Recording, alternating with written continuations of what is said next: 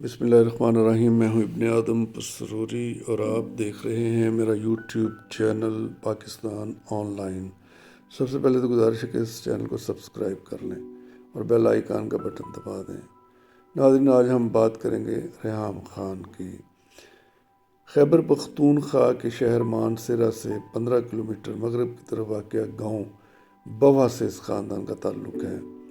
ریحام خان کے والد ڈاکٹر نیر رمضان 1960 میں ہجرت کر کے لیبیا چلے گئے، جہاں ریحام خان 1973 میں پیدا ہوئیں۔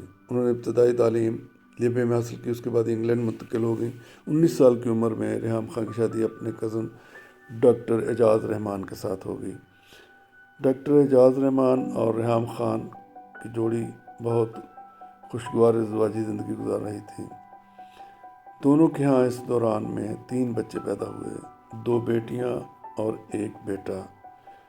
پھر نہ جانے ان دونوں کو کس کی نظر لگ گئی اور ریحام خان نے اپنے خاوند سے علیحدگی اختیار کر لی اور ناراض ہو کر شادی کے 20 سال بعد پاکستان آ گئیں، اور یہاں آ کر انہوں نے ایک ٹی وی چینل جوائن کر لیا، اور اس دوران انہوں نے پاکستان تحریک انصاف کے چیئرمین عمران خان کا انٹرویو کیا۔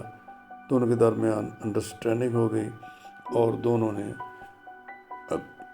2015 کے شروع میں شادی کر لی۔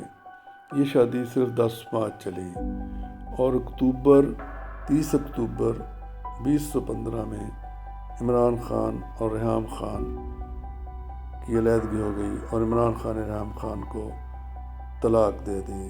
طلاق کے بعد ریحام خان نے عمران خان پر شدید تنقید شروع کر دی اور باقاعدہ ایک کتاب لکھی جس میں ان پر شدید طعن و تشنیع کی گئی۔ عمران خان نے اپنی تیسری شادی بشریٰ مانیکا سے کر لی، جو کہ روحانی قوتوں کی مالک سمجھی جاتی ہیں اور خاور مانیکا کی بیگم تھی۔ یہ شادی آج تک قائم ہے، اور جیسا کہ آپ جانتے ہیں کہ عمران خان شادی کے بعد 2018 میں وزیر اعظم پاکستان بنے تو بشریٰ مانیکا پاکستان کی خاتون اول کہلائیں۔ اس دوران بشریٰ مانیکا، جنہوں نے باقاعدہ طور پر پردہ شروع کر دیا تھا، اور ان کے متعلق بھی بہت سے ٹی وی چینلز پر اور اخبارات میں مخالفین جو ہیں، ان کے سیاسی مخالفین، وہ ان کی روحانی قوتوں کے حوالے سے بات کرتے رہے ہیں اور انہیں پنکی پیر نہیں کہا جاتا تھا۔